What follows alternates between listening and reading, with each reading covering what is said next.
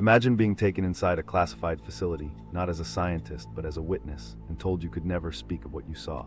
That is the position Grant Cameron describes, and for years his account was dismissed as fantasy. But today, reality looks different. Between May 2023 and June 2024, AARO logged 757 new UAP cases, bringing the total close to 1,652 by late 2024. Some of those cases, including 21 flagged for deeper investigation, echo details Cameron once shared. In this video, we'll break down those gaps, what parts of his testimony were vague, what recent disclosures help fill them, and what still doesn't add up. And to understand how his story went from ridicule to recognition, we need to start with how unbelievable it all sounded at first. From dismissed claims to documented cases, Grant Cameron's account first met public silence, followed by skepticism. When he spoke of being shown advanced technology inside a classified facility, few believed him. His words carried the mark of conspiracy, and even within UFO research communities, his testimony was set aside as unverifiable. For years, people treated his story as one more outlier in a fringe subject that lacked serious proof. That began to change as key events unfolded in mainstream arenas. The timeline is clear enough now. In 2017, major outlets reported on secret Pentagon programs studying unidentified aerial phenomena. In 2020, the Department of Defense released the now famous FLIR videos captured by U.S. Navy pilots, and in 2021 officially confirmed their authenticity. Then in 2022, the Department of Defense created AARO, the All-Domain Anomaly Resolution Office, tasked with systematically tracking and analyzing UAP encounters. By 2024, the National Defense Authorization Act instructed the National Archives to establish the UAP Records Collection, Record Group 615, forcing interagency transfers of historic files that had never before been consolidated. Each of these steps marked a structural shift, moving UAP from rumor into official record. Numbers also began to pile up. Between May 2023 and June 2024, AARO logged 757 new UAP cases, adding to a total of about 1,652 incidents as of November 2024. Of those, 21 cases were flagged for deeper analysis because of unusual flight behavior or strong sensor data. These are not casual lights in the sky. They include object tracking on radar, corroboration by multiple sensors, and encounters with trained military observers. That scale of reporting is what places older accounts like Cameron-S in a new frame. He's not being validated outright, but his descriptions now sit alongside a growing body of records that show oddly similar characteristics. That institutional shift is why earlier testimonies, once dismissed, are now re-examined against credible data rather than tossed aside. The weight of the comparison lies in detail. Cameron spoke of structured craft lacking any familiar features of propulsion. AARO reports describe objects maneuvering without visible control surfaces, performing sharp accelerations, and producing signatures inconsistent with conventional aircraft. Encounter logs list speeds and angles of movement that no known technology can replicate. It is the echo between private testimony and systematically documented events that changes the calculation. What once seemed like exaggerated storytelling now overlaps with case files logged under military command. This does not mean his story is treated as proof. It exists in tension with official language. Cameron recalls secrecy, intimidation, and vague briefings, while government reports describe anomalous behaviors in technical terms without attaching larger conclusions. The overlap is not perfect, but it is strong enough to make coincidence seem less likely. The contrast sharpens the debate. Did witnesses like Cameron imagine details that later aligned by chance, or were they telling fragments of a truth institutions only acknowledged decades later? For Cameron, the transformation in environment is striking. When he first spoke publicly, bringing up UFOs in policy discussions was enough to harm a career. After 2017, senators demanded briefings, hearings were held in Congress, and mainstream science began to discuss UAP cases openly. The discussion no longer thrived only in magazines or late-night talk shows. It spread into legislation, military task forces, and archival requirements. Within that atmosphere, witness accounts once confined to the margins suddenly carried more weight, not because they had changed, but because authority stopped pretending the subject did not exist. Public perception evolved just as rapidly. When trained fighter pilots describe pursuing objects that evade interception, dismissive laughter grows thinner. When congressional law requires federal agencies to transfer classified UAP records into an official archive, it becomes harder to argue that the issue is pure imagination. Hundreds of newly documented cases suggest a sustained pattern, not random noise. And with every release of confirmed data, older witness stories gain renewed attention. What once belonged to folklore now begins to read as early documentation of a broader phenomenon. Cameron himself stands inside that shift. Where critics once silenced him, analysts now revisit his testimony with fresh eyes. If his account sounded isolated before, it now sits on a timeline already populated by Senate hearings, AARO reports, and archive directives. That makes it less about the credibility of a single voice and more about whether his claims foreshadowed patterns the government now admits to observing. The significance extends beyond one man. As testimony and institutional record continue to align, the act of witness itself changes value. Discarded stories become part of a larger puzzle. Even details once brushed aside, like how objects turned sharply without slowing, now appear in official assessments. The stigma weakens while the demand for closer scrutiny grows.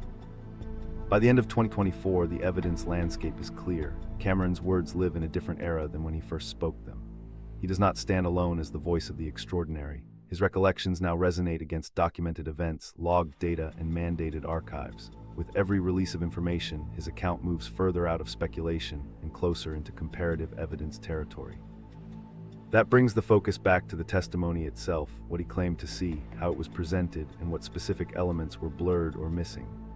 It's in that direct account, the moment he says he was brought into secrecy and shown technology beyond human design, where the most pressing questions remain. Inside the testimony, the Area 51 visit. Grant Cameron later described what happened at Area 51 as one of the most disorienting nights of his life. He says he wasn't simply handed reports or briefed with vague claims about secret programs. He was physically taken into a guarded installation that he quickly realized was not a routine hangar. From the outset, the environment was layered with control. Cameron recalls guards at every point, his identity checked again and again, and the sense that every step was orchestrated. Before being shown anything, he says he was required to sign legal documents that emphasized silence above all else.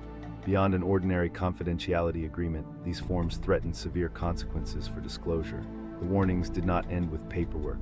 Cameron remembers repeated verbal reminders of penalties, a barrage of pressure designed to intimidate. Researchers have noted that such legal compulsion mirrors practices seen during the Cold War, when access to highly classified programs often included immediate non-disclosure agreements and threats of prosecution. In Cameron's telling, this level of formality set the stage and made clear that what followed was never meant to be openly discussed. He describes the interior of the facility as functionally austere, white corridors, fluorescent lighting, and a lack of windows. Personnel moved past him without acknowledgement. Every door required clearance, often with multiple badges or codes, and at no point was he left unescorted. Cameron emphasizes the detail that he was watched constantly, saying an armed guard once stood directly behind him as he entered the chamber where the craft was kept. The entire process, he recalls, carried the weight of compartmentalization, strict separation of roles and knowledge that left him as both participant and outsider, always under scrutiny. The central point of his testimony is what he says was revealed inside that chamber. According to Cameron, what stood before him was a craft unlike any conventional aerospace design he had encountered in his own research. He recalls its appearance as seamless, without panels, rivets, or bolts, nothing resembling standard aeronautical construction. He says the surface looked as though it had been manufactured from a single material, with smooth curves that defied classification. In his later accounts, he gave a rough estimate of about 50 feet in diameter, though he admitted that measurement was based only on personal impression rather than precise observation. He described the object's overall profile as circular but slightly elongated, noting a flattened, low structure that did not seem designed to cut through Earth's atmosphere in the usual way known aircraft are designed to function. Cameron's description did not stay consistent over time. In his earliest interviews, the details were vague. He said only that he had been shown a craft and left it at that. Critics argued that his evasiveness undercut his credibility, while supporters pointed to the pressures of secrecy as enough explanation. In later years, as the climate around UAP testimony shifted, he added more description. He says the craft's exterior reflected light in an unfamiliar manner, not like materials such as aluminum or steel. He recalls the interior as especially unusual: floors that curved upward into walls, panels merging seamlessly, and a lack of recognizable controls. Where a cockpit might typically have visible seats, levers, or display surfaces, he says there was nothing of the sort. This absence of controls suggested to him that the craft had not been designed with human ergonomics in mind. It is important to note that no imagery, artifacts, or technical documents have been released publicly that corroborate these specific interior descriptions. Researchers point out, however, that Cameron's claims about seamless construction and lack of visible propulsion are broadly similar to language found in modern military reports. Both AARO and NASA have described unconventional shapes and sightings of objects without conventional flight surfaces. Pilots in recorded testimonies have noted sharp movements or hovering without wings, tails, or engines visible. These parallels do not prove Cameron's account, but they place some of his broader observations in the same thematic category as other UAP case files now part of official records. Why the details emerged slowly remains a central question. Cameron often explained that withholding precision was his only protective strategy. The intimidation he recalled, stacks of legal documents, repeated warnings, constant surveillance, meant vague disclosure was safer than clear explanation. Ambiguity could communicate that something extraordinary had happened without directly violating agreements. Later, when government bodies began publishing reports acknowledging hundreds of unidentified encounters, Cameron felt more secure filling in missing parts of his memory. From his perspective, climate change and policy gave room to elaborate on what had previously been dangerous to articulate. Some analysts interpret this staggered disclosure as natural under pressure. Others view the late addition of details, like the hull dimensions and curved interiors, as suspicious enhancements used to align with modern narratives. The lack of direct external corroboration continues to divide interpretations. Was this truly a reluctant witness slowly revealing truth, or was it a storyteller adjusting his narrative over time? The answer depends largely on how one weighs the cultural environment of secrecy against inconsistencies in recollection. Cameron also emphasized the surrounding security procedures. He said he was escorted at every turn, doors opened for him rather than by him, and no corridor was left unmonitored. Personnel acted as though proximity itself carried risk, and his time with the craft was both controlled and brief. He says the guards' behavior suggested the content of the facility was extraordinarily sensitive. This level of compartmentalization echoes other testimonies of restricted programs, where individuals are granted temporary access but remain closely observed, isolated from wider context, and able to leave only with tightly managed impressions. What gives Cameron's narrative its weight is not the certainty of evidence. There are no released photographs or official logs tying him to that chamber, but the structure of how he describes the experience. The secrecy agreements, continuous escort, and lack of casual acknowledgement fit patterns known from earlier defense practices.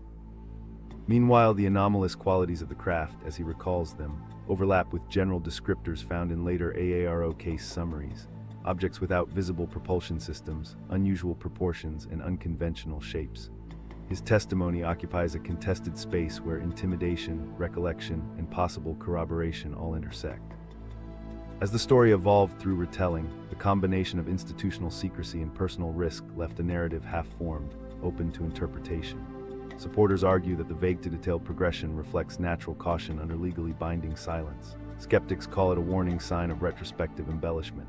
Either way, Cameron's Area 51 account highlights the difficulty of piecing together what witnesses claim to have seen inside classified settings. The absence of external confirmation does not erase the testimony, but it keeps it confined to the realm of narrative rather than established fact. And this is why the description of the craft itself becomes so pivotal. Beyond security environments and intimidation tactics, the heart of Cameron's story rests in the technology he says he was shown. It is here where the most pressing debate lies, not in his treatment by guards or the paperwork he signed, but in the features of the object itself and whether they align with anything now visible in advanced aerospace research. The missing craft descriptions.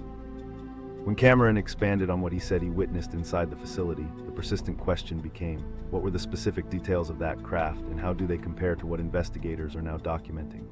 He reported noticing features that stood out not for flash or spectacle, but for their absence: no seams, no rivets, no visible propulsion points. These details, at first glance, may seem too technical to matter. Yet they are striking when considered alongside modern assessments, especially when AARO and NASA reports describe certain cases showing no obvious propulsion despite dramatic movements. Cameron emphasized that the surface looked unnaturally smooth to his eye, as if it had been created in a single sweep rather than assembled from parts. He described it as lacking joints, bolts, or welds that are unavoidable in any known airframe. To him, this suggested a form of manufacturing unlike anything he was familiar with. He did not present this as laboratory evidence, there was none, but as a visual impression that was simple and memorable. In a context where military summaries now refer to objects with unconventional movement characteristics, it is difficult to ignore the resonance. What he described decades ago, however tentatively, lines up with witness reports now backed by sensor records. Still, no publicly available laboratory analysis verifies any material of this type, and that remains an important limitation to keep in mind. Another detail he recalled was the lack of any recognizable engine system. There were no intakes, exhausts, or ports, all the features that even stealth aircraft retain in hidden form. Cameron could not say what did power the craft, only that the absence stood out. At the time this sounded outlandish, but today it aligns with a repeated theme in official documents: objects that accelerate or hover without exhaust heat, vapor trails, or sonic booms. AARO has highlighted this issue clearly, singling out 21 cases for further analysis because they displayed anomalous flight characteristics that conventional propulsion cannot easily explain. NASA, in its 2024 reports, went further by concluding that certain sensor returns remain unexplained. Cameron's sketchy recollection now fits that established pattern far more than he could have known then. He also said he noticed how light interacted with the surface in an unusual way. Instead of scattering broadly, the reflection seemed controlled and even. He did not have the vocabulary or technical framework to categorize it, but the impression stayed with him. Rather than suggesting exotic alloys directly, it is fairer to describe what he saw as suggestive of unfamiliar engineering approaches. And again, no evidence has ever been released to back his perception. These qualities remain within the space of testimony, rather than verifiable laboratory findings. Skeptics argue that such claims may simply reflect the imagination at work under stress, details selected to sound mysterious without offering verifiable substance. Yet the effort to reduce the account to fantasy becomes harder to sustain when government-released data describe nearly identical anomalies. This is where the weight of comparison lies, not in extraordinary speculation, but in seeing how small, seemingly minor observations echo language from official case files. Unequivocal proof is absent, but a meaningful overlap exists nonetheless. What may be even more telling is how spare Cameron's focus actually was. He avoided embellishment and instead highlighted the ordinary technical markers: joints, rivets, control panels, visible engines. To an engineer or a pilot, these would matter more than dramatic light shows. His insistence that the craft lacked controls or ergonomics for human pilots is especially resonant now, in an era where AI and autonomous drones form the cutting edge of testing. In the late 20th century, the suggestion of a control-free interior sounded unbelievable. Today, concepts of vehicles without human input are no longer hard to imagine, though still not at the scale of the craft he claims to have witnessed. Linking witness impressions to current science requires restraint. No one has demonstrated that Cameron stepped inside a craft later cataloged by AARO or NASA. At the same time, it is also difficult to ignore the consistency. Contemporary investigations report unusual maneuverability, lack of identifiable propulsion, and craft-like objects moving without the emissions conventional vehicles require.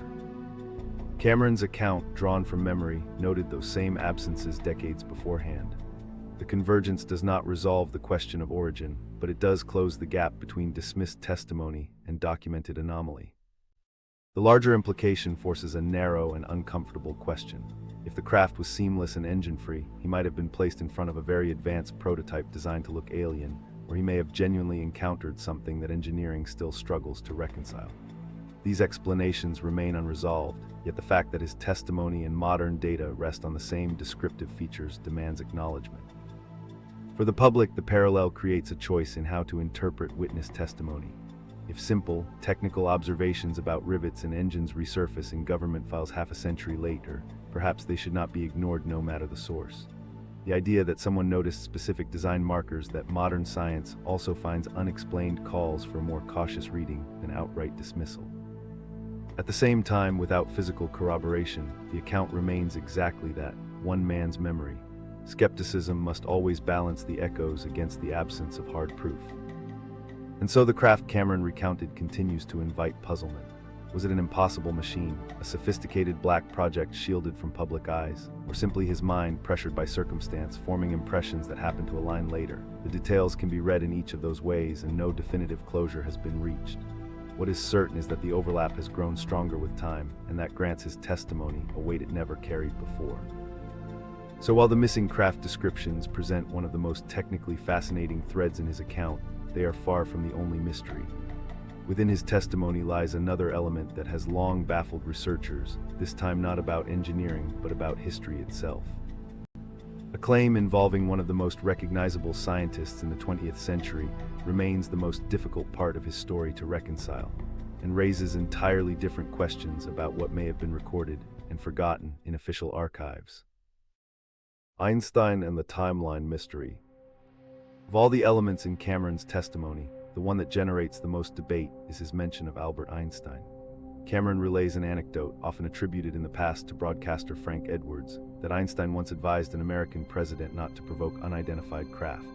The claim suggests Einstein warned that any civilization capable of interstellar travel would possess overwhelming capabilities, making aggression both futile and dangerous. While the story is striking, it contains an immediate problem. No primary archival record supports it. Searches in presidential libraries have uncovered no memo, no diary entry, no official correspondence linking Einstein to extraterrestrial warnings. That absence forces the account into a difficult category, folklore often repeated, but not historically verified. The limits of the timeline sharpen the problem. Einstein died in 1955, which confines any such exchange between 1947, when modern UFO discourse began, in the mid-1950s. That window coincides with a period of heavy press coverage of UFO sightings, especially the famous 1952 Washington, D.C. overflights, when radar operators, pilots, and citizens all reported unknown objects above the Capitol. Press clippings from that time mention telegrams sent to the White House urging the administration to tread carefully.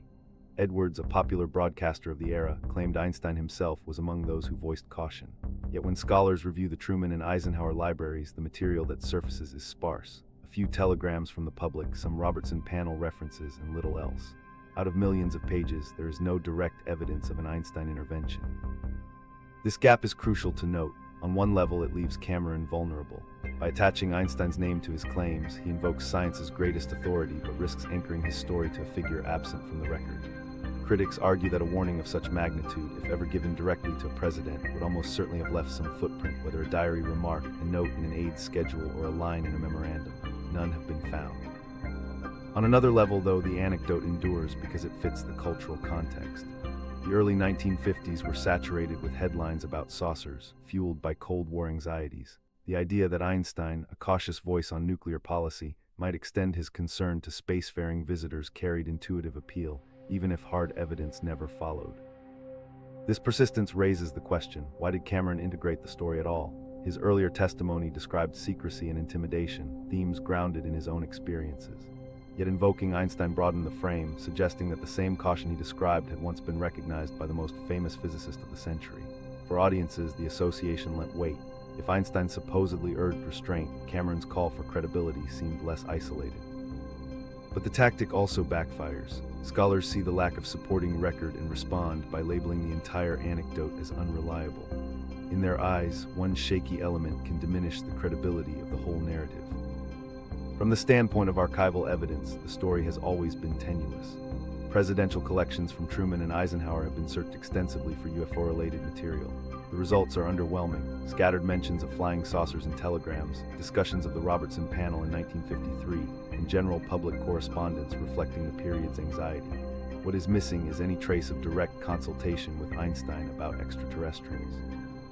That silence does not prove he was uninvolved. Absence of evidence is not evidence of absence, but it firmly prevents the anecdote from being presented as fact. The most that can be said is that rumors of such input circulated in the mid-20th century, amplified by figures like Edwards, and later repeated by Cameron as part of a broader cautionary narrative. The question then becomes how to interpret these kinds of stories. Treating them as cultural markers rather than factual proof may be the most responsible approach. They reflect how, at the time, the public imagined science intersecting with mystery. Einstein symbolized caution born of deep understanding. If saucers seemed threatening, invoking his name gave advocacy for restraint a resonance unmatched by others. Cameron may have drawn on this tradition not to mislead, but because the story, however fragile, felt aligned with the warnings he felt compelled to share from his own experience. That said, clarity is critical. Viewers today deserve an accurate frame. Einstein did consult with presidents, but in contexts tied to nuclear weapons, science policy, and civil liberties, not documented extraterrestrial encounters. His verified writings show concern for peace, suspicion of militarism, and an aversion to escalating conflict. These values could be stretched into the position Cameron attributes to him, but such stretching must be acknowledged as interpretation, not evidence. Without corroboration in archives, the Einstein anecdote should be handled as unverified lore that reflects cultural attitudes of its era rather than an established historical exchange. The broader significance of this conclusion lies in what it teaches about the challenge of separating record from rumor. The persistence of anecdotal claims highlights how much of UFO history exists in a liminal space, combining partial documentation with oral testimony and media amplification. The Einstein story is emblematic. It is repeated, recycled, and culturally powerful, but unsupported by the documents researchers depend on for verification. In that sense, it stands as both a cautionary note for witnesses and a case study in how official silence leaves room for myths to flourish. By 2025, that tension remains unresolved. FOIA requests and targeted archival searches continue to probe mid-century presidential collections for any overlooked notes, but the yield is modest. Eisenhower's library, for instance, holds only a handful of relevant results among millions of pages. Truman's files offer public telegrams and memos acknowledging public concern, but nothing resembling a direct exchange with Einstein. These findings have sharpened the point. Presidential archives do contain UAP-related material, but far less than popular expectation. And nothing discovered has yet confirmed the specific anecdote Cameron chose to share. For researchers, this outcome forces a shift in emphasis. Instead of waiting for proof of Einstein's personal involvement, the focus narrows to what is documented. Presidents did receive pressure from the public on UFO issues, intelligence agencies did study the subject formally, and scientists were sometimes drawn into advisory roles. But the leap from that general fact to Einstein himself carries no support from the paper trail. Recognizing this distinction is what keeps speculation from hardening into misinformation. In the end, the Einstein episode in Cameron's story is best understood as cultural color. It reveals how deep the desire for scientific endorsement runs in a topic clouded by secrecy and skepticism. It also underscores the necessity of separating archival record from repeated anecdote. Einstein's alleged warning may never have crossed a president's desk, yet the idea of it continues to circulate, shaping how testimonies are remembered and judged. For that reason, the anecdote enriches the narrative context, but must not be mistaken for evidence in itself. That distinction matters more than ever because researchers today work within a changing environment. In recent years, both Congress and independent review boards have pressured agencies to adopt greater openness surrounding unidentified phenomena. This shift places renewed attention on what is found and what is missing in the archives. Rather than anchoring debate to unverified anecdotes, investigators now look to formal disclosure efforts, new records, and mandated transparency initiatives that redefine public expectations. The next challenge lies not in folklore, but in how governments manage the release of material already acknowledged to exist. Government transparency in 2025. By early 2025, questions of transparency were no longer hypothetical. They had become a legislative and archival process unfolding in real time. The turning point had come with the fiscal year 2024 National Defense Authorization Act. Unlike some of the broader proposals discussed in the Senate, the provisions that made it into law stopped short of establishing an independent review board or granting eminent domain authority over privately held materials. Instead, the final text required all federal agencies to transfer their UAP-related records to the National Archives and Records Administration for review. NARA, in turn, was directed to accession these files into a new unidentified anomalous phenomena records collection, designated Record Group 615. Under the statute, any releasable material must be posted to the public within 180 days of transfer, though the law also allowed agencies to postpone disclosure for national security reasons, in some instances up to 25 years. For observers who had long demanded openness, this framework carried enormous potential. For the first time, there was a mechanism specifying where the records would reside, how they would be processed, and when the public could expect access. It established a clear chain of custody. Intelligence and defense agencies could no longer keep files indefinitely in scattered vaults. Instead, transfers to NARA meant a central repository, a catalog, and an eventual online release of whatever survived the security review. On paper, it looked like the scaffolding of a genuine disclosure system. In practice, the rollout has been far slower and more fragmented than reformers hoped. While the law spelled out clear requirements, the initial transfers have not produced the sudden flood of files some imagined. Instead, documents have appeared in small batches with extensive blacked-out sections. Where readers expect propulsion data, material analysis, or detailed operational logs, they find thick blocks of redaction. Critics point to this as proof the government has little intention of honoring the spirit of the legislation. Supporters counter that even partial releases mark unprecedented progress, since official records now at least confirm sustained attention at the highest levels. The phrase most often used by skeptics is partial disclosure, a release process designed more to satisfy a legal burden than to illuminate the subject. The example most widely discussed is AARO's November 2024 public report. That summary cataloged 757 newly reported incidents from the preceding 12-month period and brought the cumulative case total to roughly 1,652. It presented statistical breakdowns by location, sensor type, and encounter category. But when pressed to release underlying videos, radar logs, or detailed pilot debriefs, the office declined, citing security concerns. The absence of raw material led many to conclude that transparency had been reduced to numbers without context. At the same time, the report's existence was not trivial. For decades, agencies flatly denied cataloging UAP cases at all. Now, under congressional mandate, those same institutions were publishing case counts on the record. Archival patterns reinforce this mixed picture. Among the first sets of documents opened under the NDAA provisions were internal memoranda from the 1950s and 1960s, showing that intelligence agencies quietly studied UFO reports far more extensively than the public had been led to believe. Some files describe meetings where analysts debated propulsion signatures or reviewed foreign reports of unusual aerial behavior. Others reference contracts exploring exotic materials. Yet just as the content grows compelling, the page cuts off or the section turns to thick black ink. The new law ensures their existence cannot be denied, but the withheld portions show clearly that disclosure remains structured and incomplete. This duality has become the defining theme of 2025.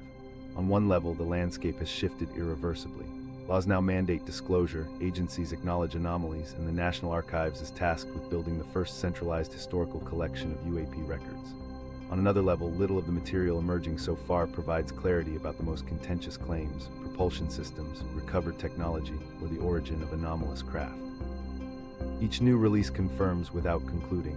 Researchers receive outlines but not diagrams, executive notes but not schematics. The balance between openness and national security still tilts decisively toward caution. Supporters of the current pace argue that this is the natural result of handling sensitive material. Many of the records involve classified platforms and surveillance systems that cannot be revealed without damaging defense capabilities. Just because a UAP showed up on radar at unusual speeds does not mean a foreign power should be given indirect insight into how those sensors operate. In this reading, heavy redaction is a compromise, allowing the public to know anomalies are tracked while still safeguarding sources and methods. Skeptics frame it differently. They argue disclosure laws provide cover for a controlled narrative, where acknowledgement is tightly managed without opening the door to true verification.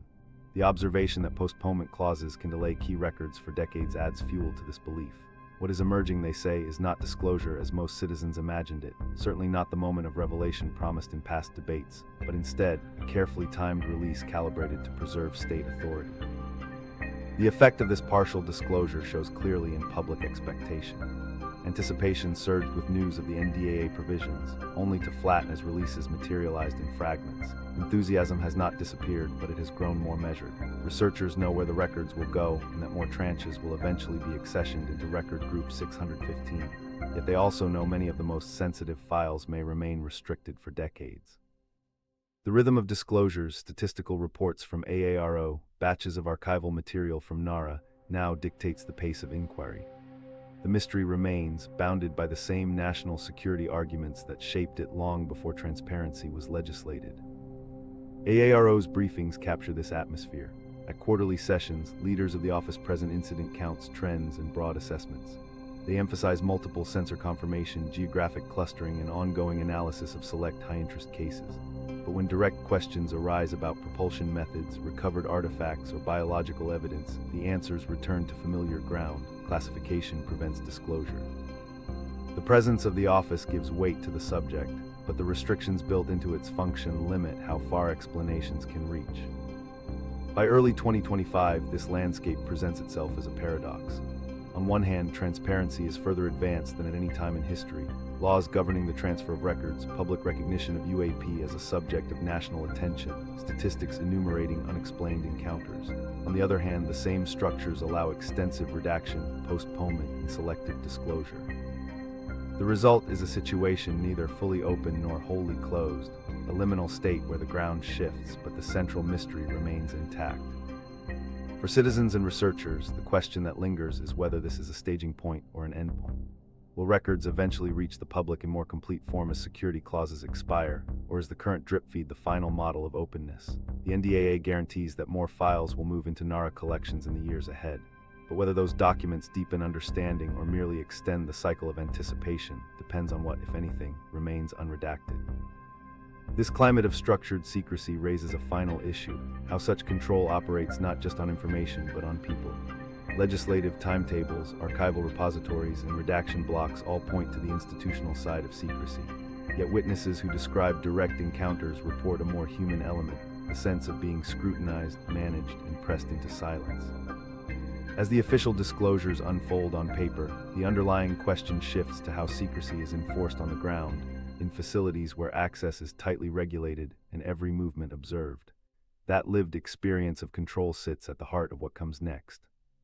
Security protocols at the facility. If Cameron truly entered Area 51, his first impression was not the craft itself but the security structure built around the facility. He reports that he was escorted from the entry point to the exit, never once left alone. Armed guards walked with him in silence, giving no explanations, only short directions. He later said it felt like an established procedure, as if moving a civilian under strict supervision was something these personnel had practiced often. The message was clear: his presence was permitted but entirely controlled.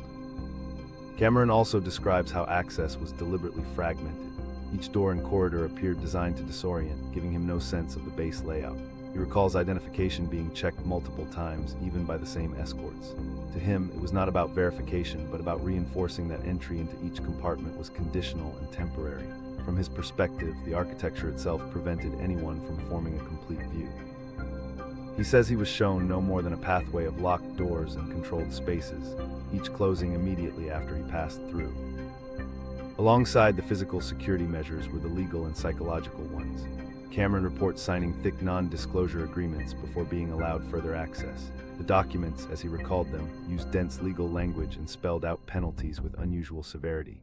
To him, it seemed less like a confidentiality form and more like a warning about personal consequences if he ever spoke of what he would see. That sense of intimidation was reinforced by the quiet presence of guards inside the rooms. Even without words, their proximity reminded him that his silence was enforced as much by fear as by law.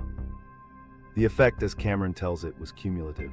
Guarded movement, repeated identity checks, locked compartments, silence from escorts, and the weight of signed documents combined into an environment that made him hesitant to notice too much, let alone repeat it. He often said in later interviews that he felt less like a witness than like someone being guided through a demonstration under strict boundaries. The very design seemed to ensure that what he saw could not be readily separated from the pressure of the setting itself. This description resembles known Cold War compartmentalized access protocols used at other classified programs. At sites like Oak Ridge and Los Alamos, workers in one building often had no idea what took place in the next. Escorts constantly monitored visitors, and small infractions could result in losing access altogether. Declassified records from presidential libraries show how little UFO-related documentation survived in official files, while compartmentalized special access programs absorbed sensitive projects under multiple layers of secrecy. In that context, Cameron's recollection of being shuffled through gates and blind corridors does not stand out as unusual.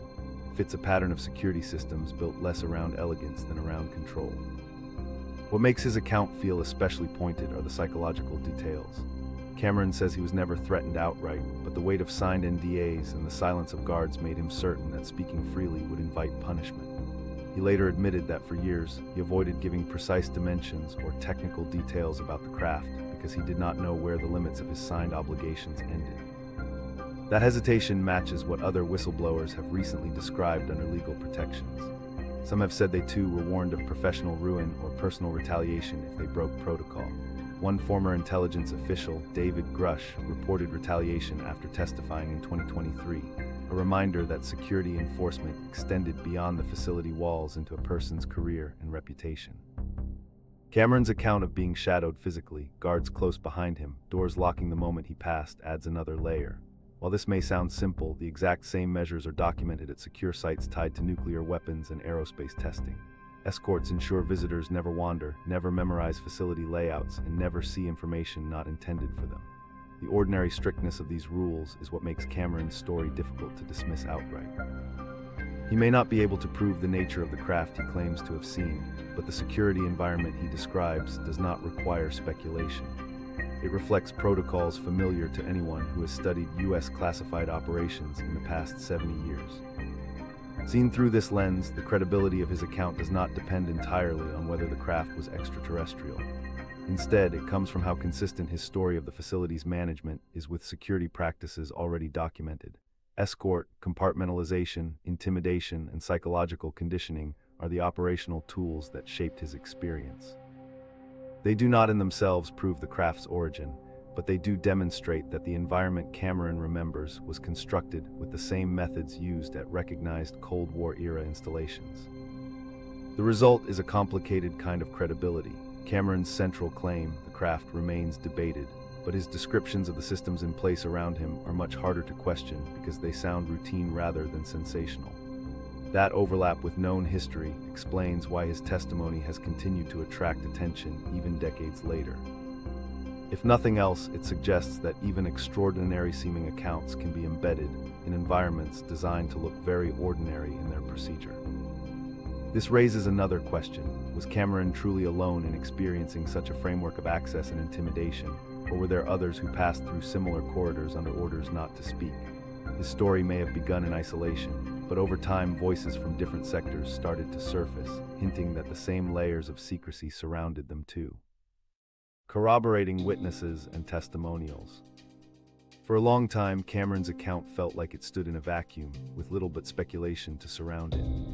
Yet over time, the idea of corroboration has grown clearer, not through dramatic revelations, but through different categories of testimony that began to form recognizable patterns.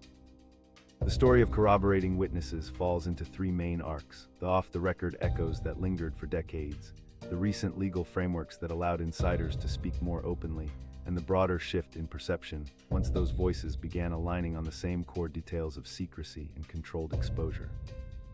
The first arc spans the 1980s through the 2000s, when accounts rarely surfaced outside private circles.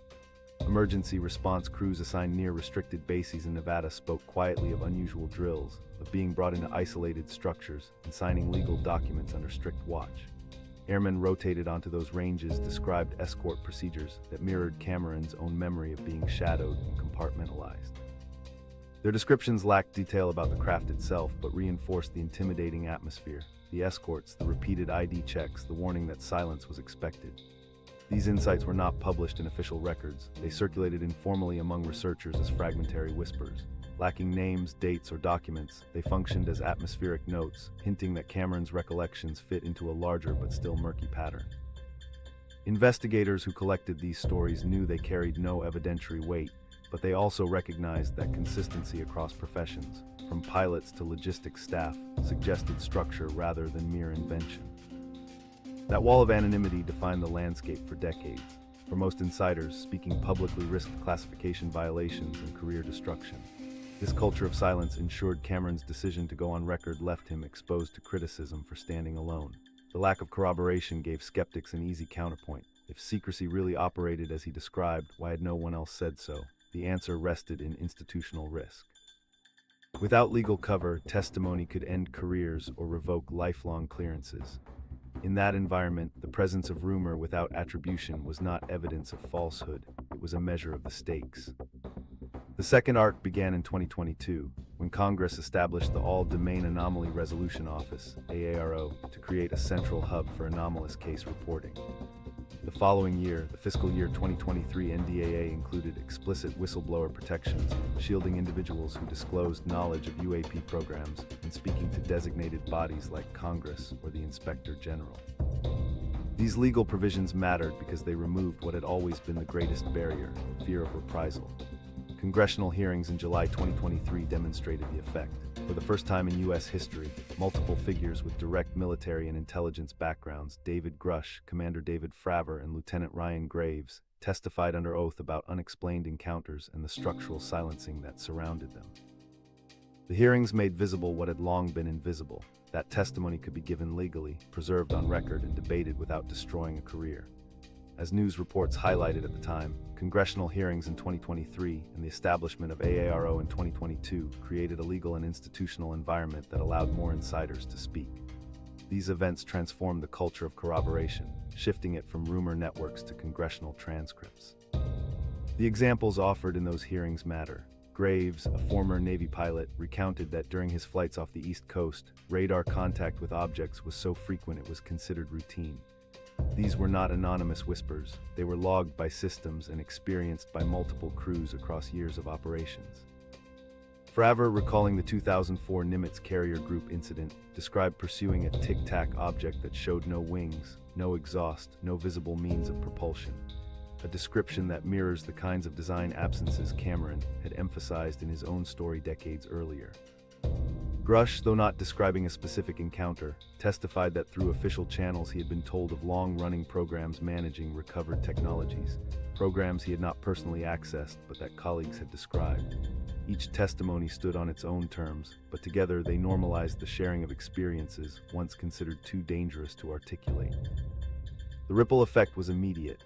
Once congressional testimony showed high-ranking personnel could lend their names and reputations to the record, others reconsidered their silence.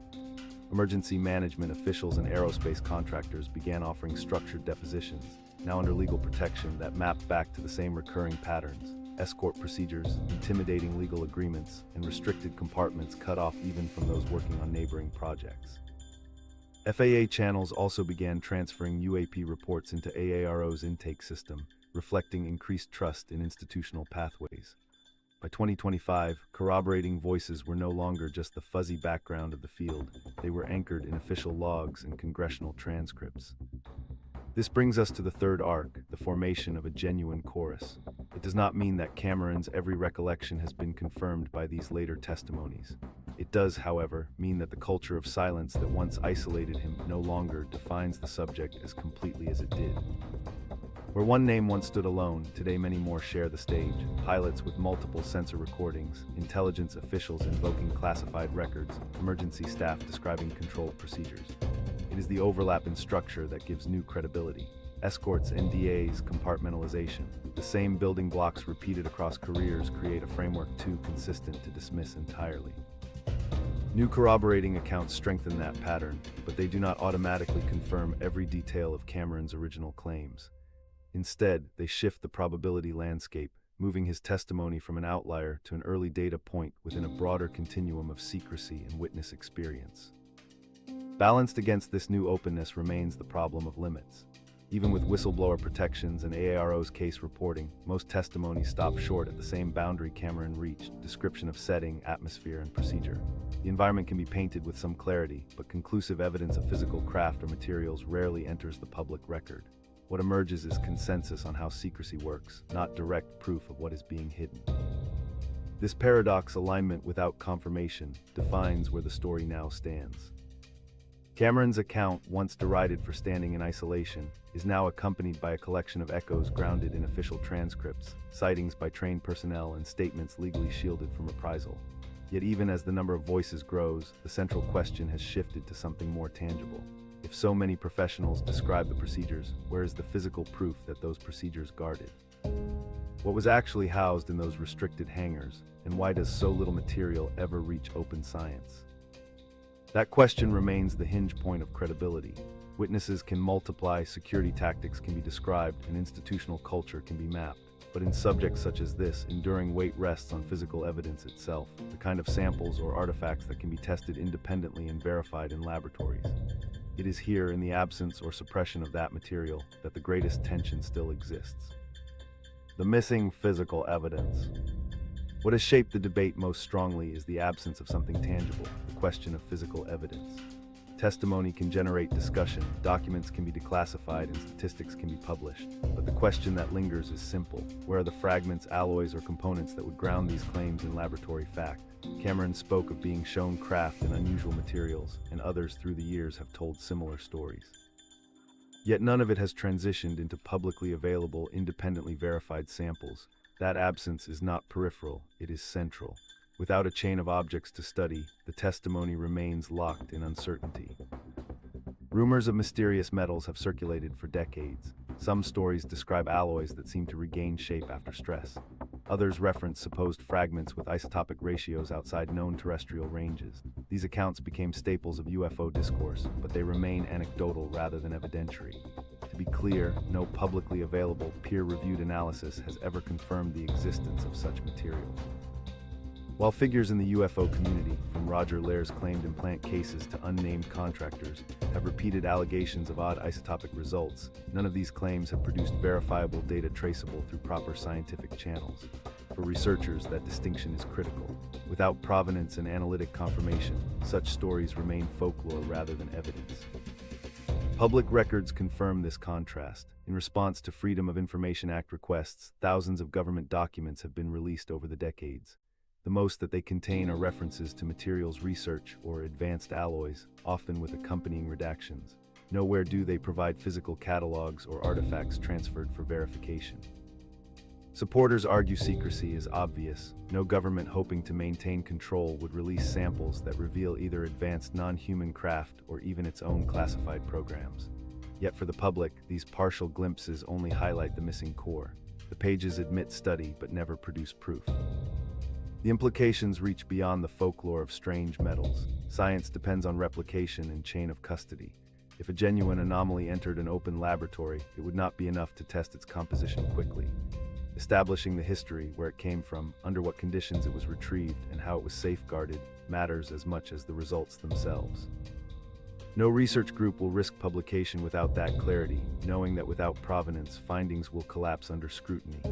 Thus, the bottleneck is not merely testing, as enthusiasts sometimes suggest, but the legal and institutional framework that allows any scientist to publish in good faith.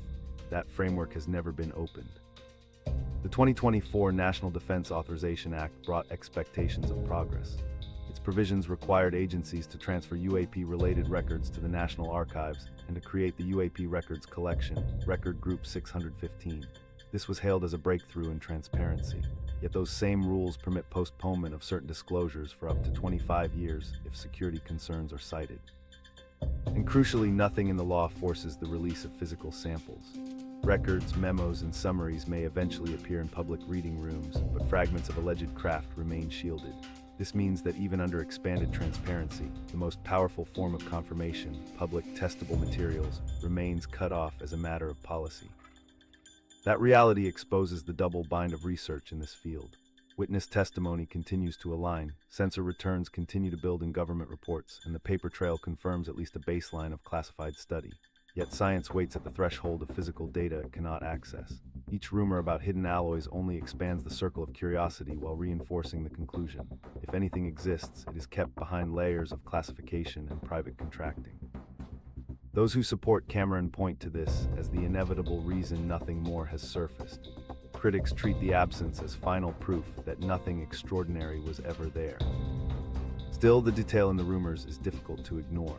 Contractors have quietly mentioned unusual metals that resisted breakdown or exhibited resilience beyond expectation.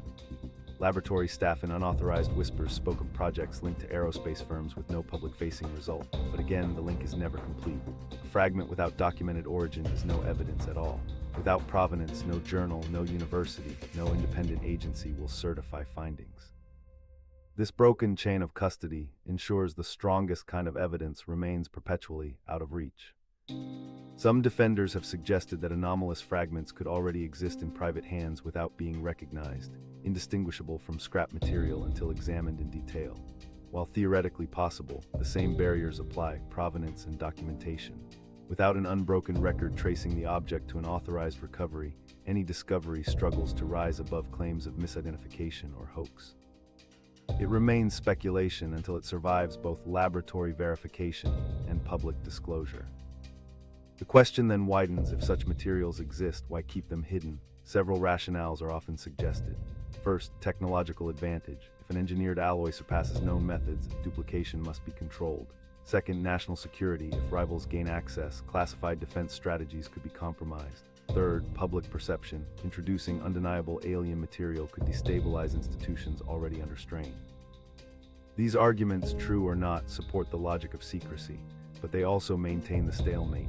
Instead of data, the public receives policies, redacted documents, and rumors amplified by silence. Supporters of disclosure argue that withholding evidence no longer protects anyone, that keeping samples hidden prevents scientific breakthroughs that could benefit the public. Critics note that speculation without proof undermines the credibility of the entire subject.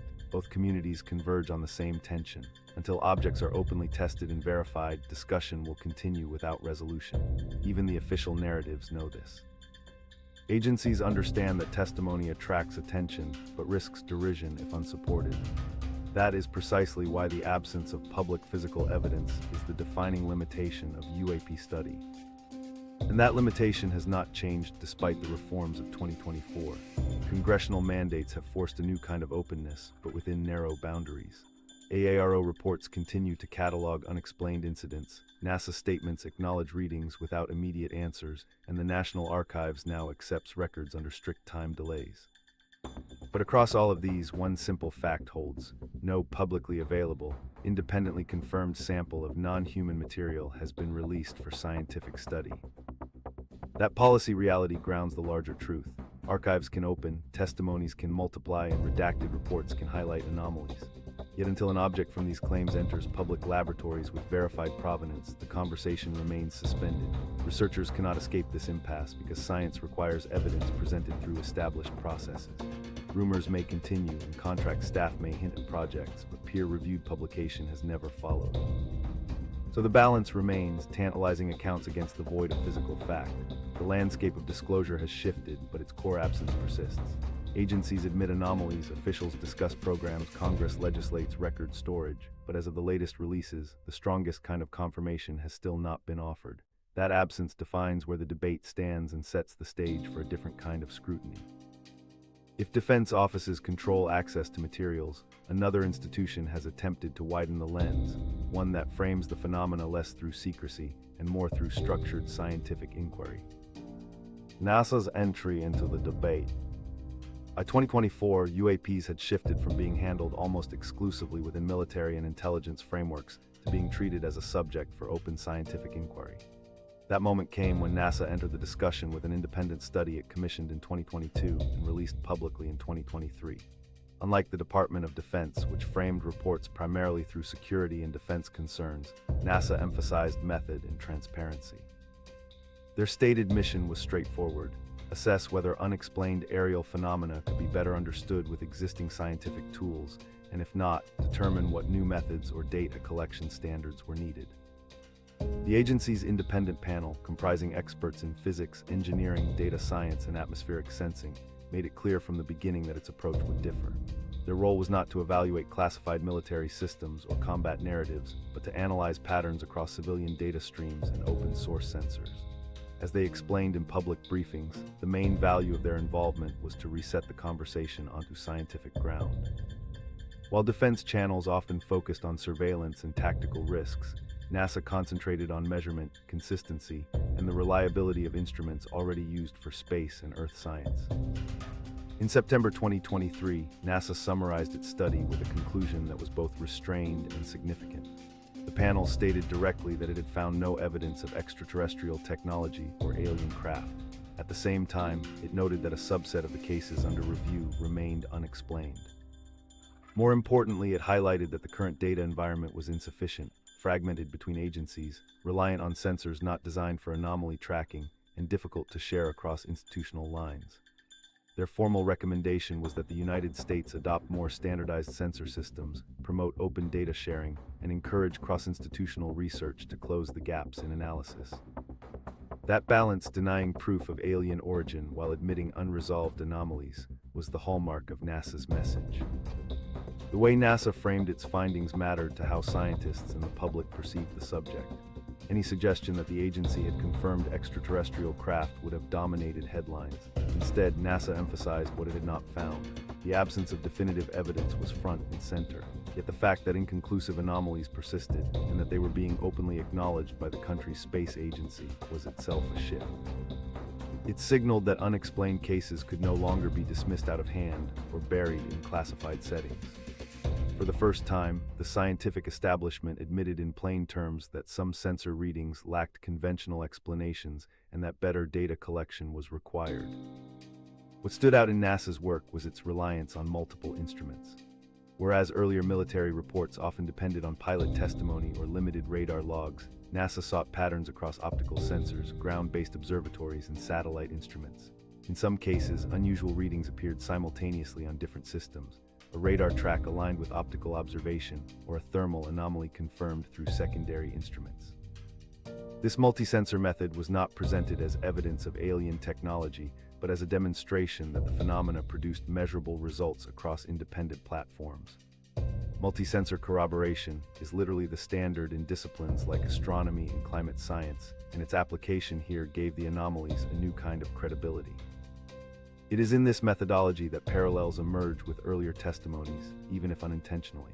Cameron, for example, had described craft without visible propulsion or exhaust. NASA did not name him or reference witness testimony in any way. Yet in its technical summaries, the agency acknowledged signals consistent with sharp accelerations absent of any visible thrust, or radar contacts lacking thermal signatures associated with engines. The overlap lies not in conclusion but in description. Both highlighted the absence of familiar propulsion markers. NASA's language, however, remained cautious. Where Cameron recounted impressions of a craft's physical design, NASA framed its anomalies as unidentified aerial events requiring further study and avoided any speculation about origin. This restraint kept the findings anchored in science rather than in conjecture. The civilian framing also shifted the cultural dynamic. By pledging open communication, NASA differentiated itself from defense offices where redactions dominate public reports. Its study panel held open briefings, published a written report, and declared its results in accessible terms. Most events reviewed were explainable, some were not, none proved extraterrestrial technology. This stark sobriety both added credibility and calmed speculation. The very act of hearing a civilian science agency articulate the limits of knowledge gave permission for other research institutions to discuss the subject without ridicule. Universities began comparing NASA's presented anomalies with atmospheric data. Independent labs explored how sensor interference could mimic strange signals. Another key impact of NASA's entry was that it legitimized a shift in tone. Journalists who would once dismiss UAP coverage as sensational now recognized NASA's conclusions as a qualified but serious statement. The agency did not fuel extraordinary claims. Instead, it embedded UAP discussion within broader scientific uncertainty. This left little room for easy dismissal. By affirming that unexplained cases exist while also denying evidence of alien craft, NASA forced the conversation away from extremes. Neither ridicule nor exaggerated belief held sway. The debate moved toward data, methodology, and standards. For Cameron's supporters, NASA's involvement carries a subtle but important consequence.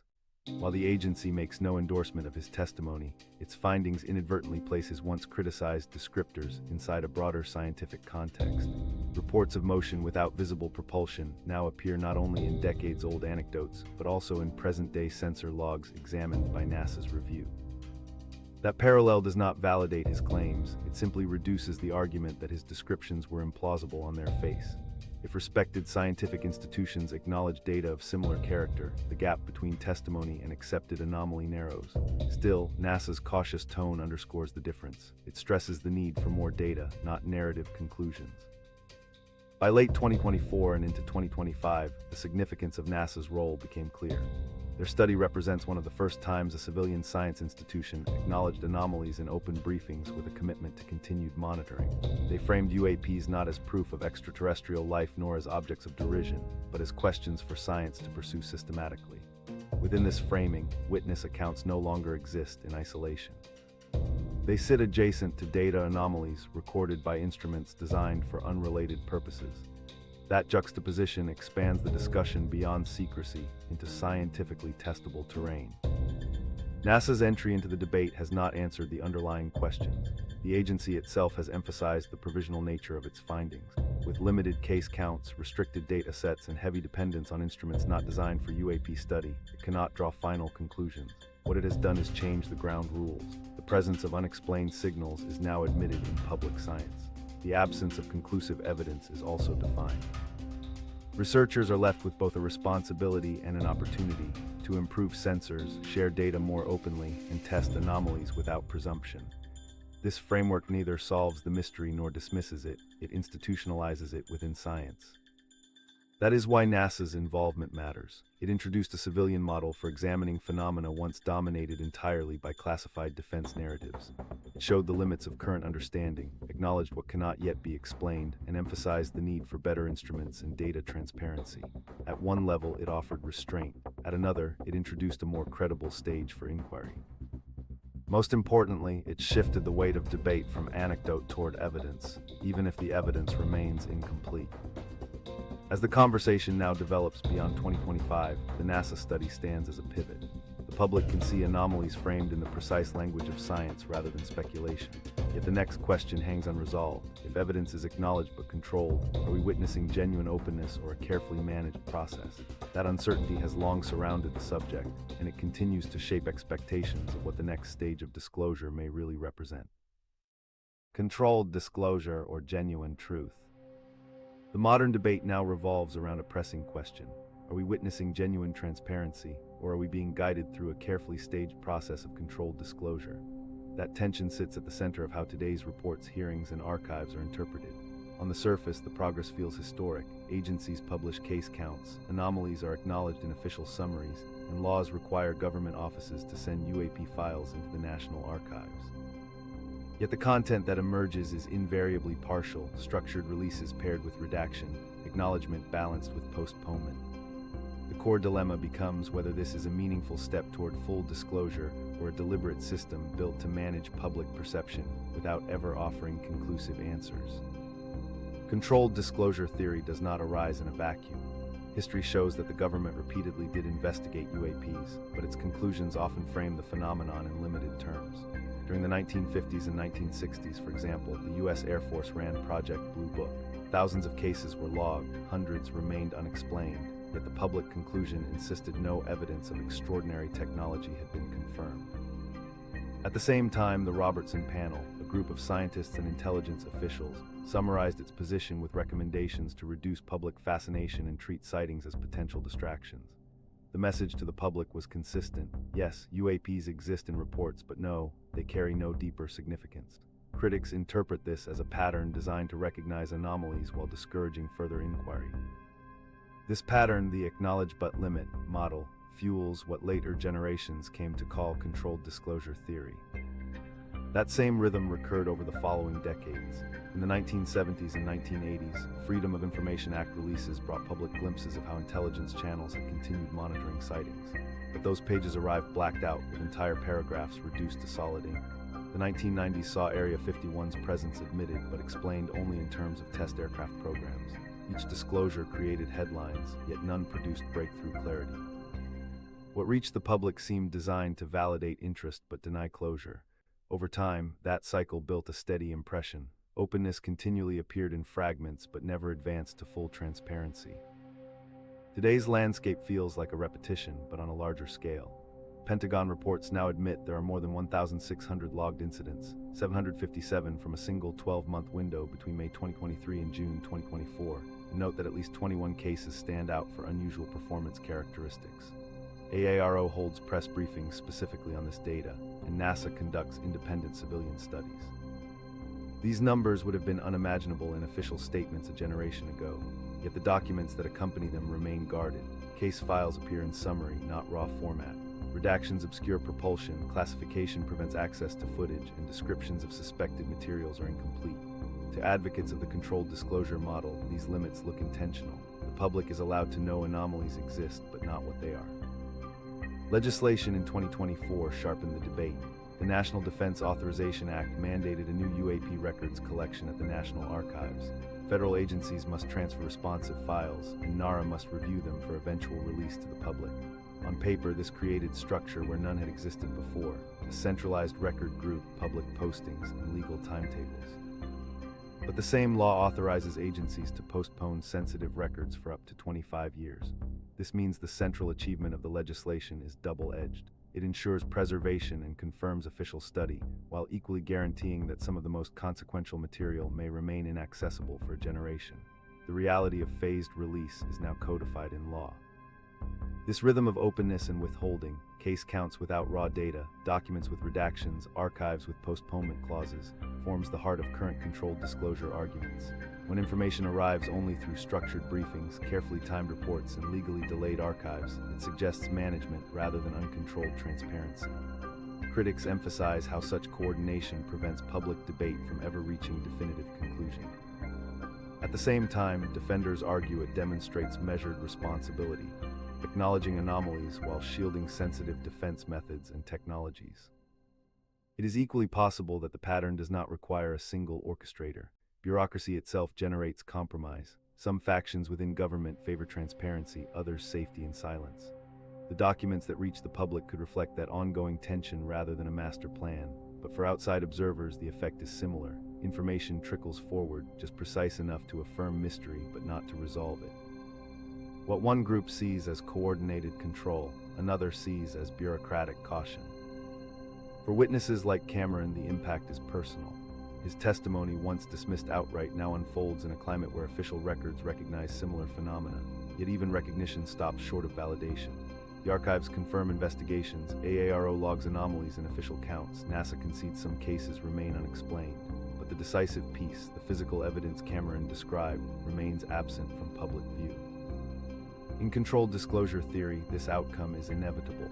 Disclosures will validate the atmosphere of secrecy, but never deliver the object at the center. His story thus remains trapped in possibility, supported but never proved. What gives the theory persistence across generations is the repetitiveness of the cycle. Project Blue Book admitted unexplained cases but avoided extraordinary conclusions. FOIA documents revealed investigations yet left key pages redacted. Modern reports catalog hundreds of incidents but black out technical specifics.